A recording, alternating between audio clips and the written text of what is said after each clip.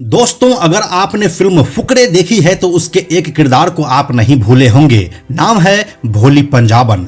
इस भोली पंजाबन के किरदार को ऋचा चड्ढा ने निभाया है और उस फिल्म में वह एक लेडी डॉन के किरदार में है। लेकिन एक बात जो आप सभी को मालूम नहीं होगी कि यह किरदार एक रियल लाइफ कैरेक्टर पर बेस्ड है। जी हाँ दोस्तों, यह किरदार जिस शख्स से इंस्पायर्ड है उसका नाम है सोनू पंजाबन। सोनू पंजाबन कोई गैंगस्टर तो नहीं है, लेकिन उसका नाम गैंगस्टर के साथ ही जोड़ा जाता है। सोनू पंजाबन एक समय में ड्रग डीलिंग और लड़कियों की सप्लाई करती थी और इसी वजह से वह दिल्ली एनसीआर की मोस्ट वांटेड बन चुकी थी। सोनू पंजाबन इतना कुख्यात हो चुकी थी कि उसने एक के बाद एक कुल 3 शादियां की, लेकिन किसी के साथ वह जीवन भर नहीं रह सकी क्योंकि उसके तीनों ही पति पुलिस एनकाउंटर में मारे गए। अब आप सोनू पंजाबन के कहानी की गहराई को समझ गए होंगे। अगर नहीं तो उसकी यह पूरी कहानी देखिए जो हम आपको बिल्कुल शुरू से दिखा रहे हैं। देह व्यापार की क्वीन कहा जाता है और राजधानी दिल्ली में उसे लेडी डॉन के नाम से जानते हैं। जी हाँ, सोनू पंजाबन। सोनू पंजाबन एक ऐसा नाम है जिसने दिल्ली पुलिस को भी नाको चने चबवाए। हेलो एंड नमस्कार, मेरा नाम है प्रशांत और आप देख रहे हैं बेजोड़जोड़ा.com का यूट्यूब चैनल। दोस्तों, सबसे पहले तो हम आपको यह बता दे रहे हैं कि सोनू पंजाबन का संबंध ना तो पंजाब से है और ना ही उसके माता पिता ने उसका नाम सोनू रखा था। साल 1980 में हरियाणा के रोहतक में पैदा हुई सोनू का असली नाम गीता अरोड़ा है। किसी तरह हाई स्कूल पास करने के बाद गीता ने ब्यूटी पार्लर में काम करना शुरू किया। अभी उसकी उम्र सिर्फ 17 साल की ही थी कि उसकी शादी विजय सिंह से हो गई। विजय सिंह उस दौर में एक हिस्ट्री शीटर हुआ करता था जो कि यूपी के सबसे बड़े गैंगस्टर श्री प्रकाश शुक्ला के साथ काम करता था। यूपी एसटीएफ ने साल 1998 में श्री प्रकाश शुक्ला का एनकाउंटर कर दिया और जब उसके गैंग का सफाई अभियान चल रहा था उसी सिलसिले में साल 2003 में गीता अरोड़ा उर्फ सोनू पंजाबन के पति विजय सिंह को भी यूपी एसटीएफ ने साल 2003 में एक मुठभेड़ में मार गिराया। अपने पति की मौत के बाद गीता अरोड़ा बिल्कुल अकेली पड़ चुकी थी। अब उसका ब्यूटी पार्लर का काम बंद हो चुका था और उसे अपने पति विजय सिंह के साथ रहते हुए लत लग चुकी थी अय्याशी की।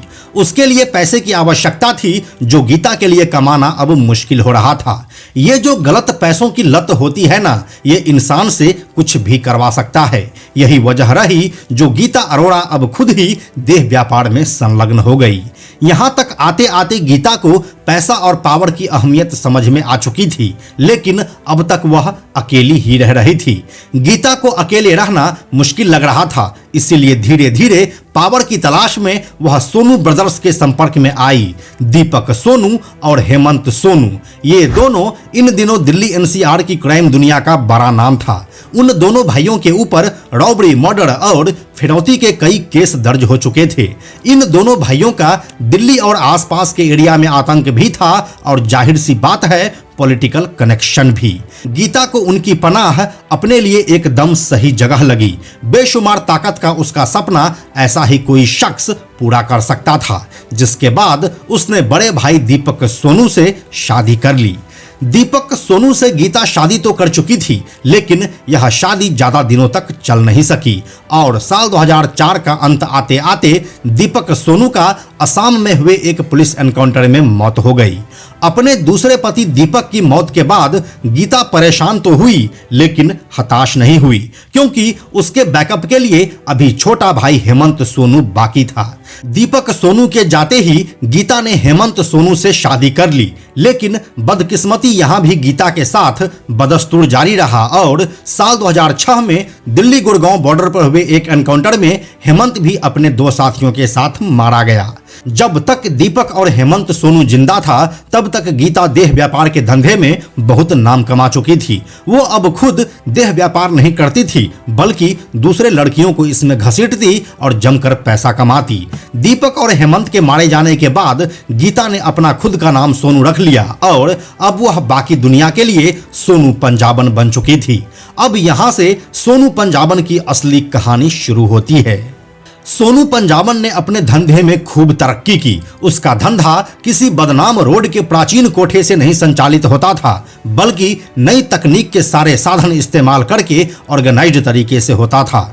सोनू पंजाबन बिना किसी कोठे की मालकिन बने करोड़ों रुपए का फ्लैश ट्रेड कामयाबी से चलाती थी। दर्जनों दलाल और अनगिनत फ्रीलांसिंग वाली कॉल गर्ल्स उसके पेरोल पर थे। वो क्लाइंट से मनमाने पैसे लेती, लड़कियों दलालों को फिक्स रकम देती और फिर बाकी का पैसा खुद ही रख लेती। उसका ज्यादातर काम तो पहले फोन से और फिर बीतते समय के साथ वीडियो कॉल से होने लगा। इसके अलावा वह लड़कियों को कम कीमत में खरीदकर ऊंचे दामों पर बेच भी दिया करती थी। देखते ही देखते सोनू पंजाबन का नेटवर्क अब दिल्ली की सीमा लांघकर कोलकाता, मुंबई, पंजाब और राजस्थान तक फैल चुका था। उसके पास 5,000 से लेकर 50,000 तक की रेंज की कॉल गर्ल्स उपलब्ध हुआ करती थी, जिनमें स्कूल कॉलेज की लड़कियां, एयर होस्टेस और टीवी एक्ट्रेसेस तक शामिल थी। सोनू पंजाबन के क्लाइंट की लिस्ट में कई बड़े बिजनेसमैन और पॉलिटिकल फिगर भी शामिल थे। उस समय उसकी अनुमानित संपत्ति करीब 100 करोड़ से भी ज्यादा की हो चुकी थी। लेकिन कहा जाता है ना कि हर अच्छा या बुरा काम एक दिन अपने अंजाम तक पहुंचता ही है। यही सोनू पंजाबन के साथ भी हुआ और वह पहली बार इन्हीं सब मामलों में साल 2007 में गिरफ्तार हो गई, जिसके बाद वह जमानत पर बाहर तो आई, लेकिन फिर साल 2008 में उसे उसी मामले में गिरफ्तार कर लिया गया। जिसके बाद सोनू पंजाबन और उसके एक साथी संदीप बेडवाल के खिलाफ दिल्ली पुलिस ने चार्जशीट दाखिल की। सोनू और संदीप बेडवाल पर आरोप लगाया गया कि इन दोनों ने काफी लड़कियों को अगवा कर उन्हें जिस्म फरोशी के धंधे में धकेल दिया है। यह चार्जशीट साल 2009 में अगवा की गई एक नाबालिग लड़की को लेकर दायर की गई थी।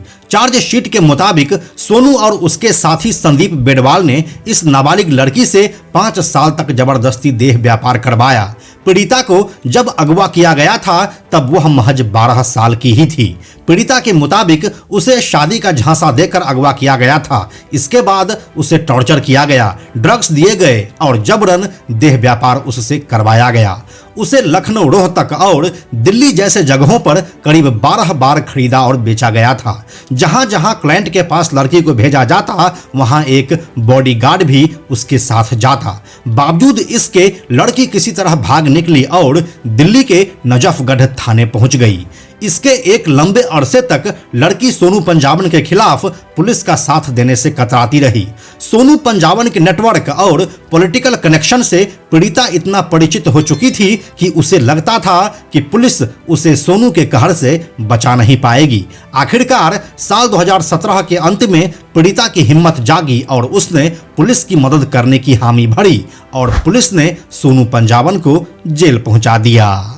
सोनू पंजाबन का अंदाज भी एकदम फिल्मी डॉन जैसा है। सोनू कोर्ट में पेशी होते वक्त अपना चेहरा नहीं ढकती है। ऐसा कहा जाता है कि खुद को अखबार और टीवी पर देखकर वह काफी खुश होती है। फाइनली 16 जुलाई 2020 को लॉकडाउन के बीच में ही कोर्ट ने सोनू पंजाबन पर अपना फैसला सुनाया और उसे पॉक्सो एक्ट में दोषी पाते हुए उसके एक और साथी संदीप बेडवाल के साथ 20 सालों की जेल की सजा सुनाई। अभी सोनू पंजाबन अपने साथी संदीप के साथ दिल्ली के तिहाड़ जेल में अपनी सजा काट रही है। उसके सजा होने के कुछ महीनों बाद एक खबर आई कि सोनू पंजाबन ने जेल में खुदकुशी करने की कोशिश की, जिससे उसकी हालत खराब हो गई। इसके बाद उसे दिल्ली के ही दीनदयाल उपाध्याय अस्पताल में भर्ती करवाया गया और फिर जैसे ही उसकी हालत नॉर्मल हुई उसे वापस दिल्ली के तिहाड़ जेल में शिफ्ट कर दिया गया। तो यही थी लेडी माफिया सोनू पंजाबन की पूरी कहानी। यह कहानी आपको कैसी लगी हमें कमेंट सेक्शन में लिखकर जरूर बताइए। आप और किस गैंगस्टर की कहानी देखना चाहते हैं यह भी हमें कमेंट में लिखिए। आपकी फरमाइश हम जरूर पूरी करेंगे। हम जल्दी मिलते हैं आपसे एक और नए कहानी के साथ। अंत में एक और ज़रूरी बात, हमने बेजोड़ जोड़ा का एक टेलीग्राम चैनल भी बनाया है जहां आपको हमारे सारे वीडियोस के लिंक सबसे पहले मिल जाएंगे। इसलिए आप लोग टेलीग्राम पर भी हमसे जुड़ें। टेलीग्राम पर हमसे जुड़ने के लिए सिंपली आप टेलीग्राम ऐप के सर्च में जाकर बेजोड़ जोड़ा लिखिए और चैनल पर जाकर ज्वाइन बटन क्लिक कर दीजिए। आप हमसे जुड़ जाएंगे। यह वीडियो अगर आपको पसंद आया तो इसे लाइक और शेयर जरूर करें। आने वाले वीडियोज़ के लिए बेजोड़ जोड़ा को सब्सक्राइब करके बेल आइकन को टच करना ना भूलें। Thank you so much.